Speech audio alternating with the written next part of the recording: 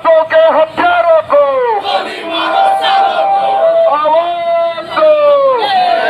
पाकिस्तान हाय हाय, पाकिस्तान हाय हाय, पाकिस्तान हाय हाय, की आवाज दो, आवाज दो।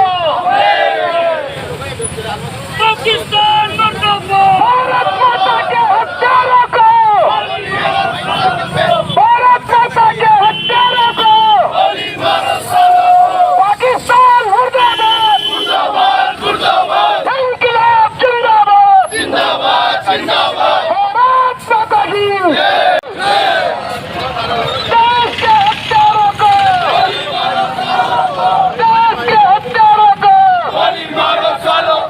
पाकिस्तान मुर्दाबाद, इंकलाब जिंदाबाद, इंकलाब जिंदाबाद।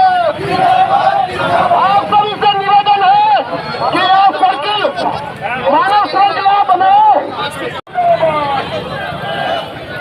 आतंकवाद हो बर्बाद, आतंकवाद हो बर्बाद।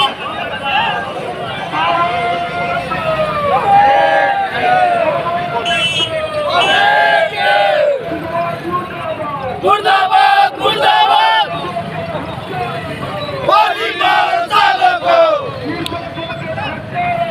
गोली मारो सालों को, गोली मारो सालों को।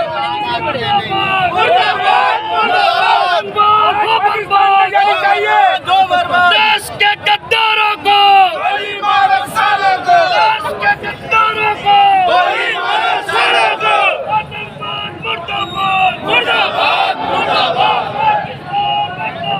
मुर्दाबाद, मुर्दाबाद, गोली मारो सालों को, सालों को।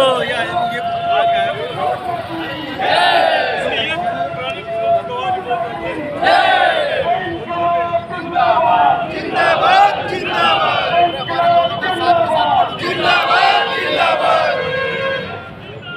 जिंदाबाद, देश के गद्दारों को गोली मारो सालों को, देश के गद्दारों को। होश में आओ, होश में आओ, टीकों के हथियारों को, गोली मारो सालों को। टीकों के हथियारों को फांसी दो, फांसी दो, टीकों के हथियारों को फांसी दो, फांसी दो, टीकों के हथियारों को फांसी दो, फांसी दो। पाकिस्तान मुर्दाबाद, पाकिस्तान हाय हाय, इंकलाब जिंदाबाद, इंकलाब जिंदाबाद।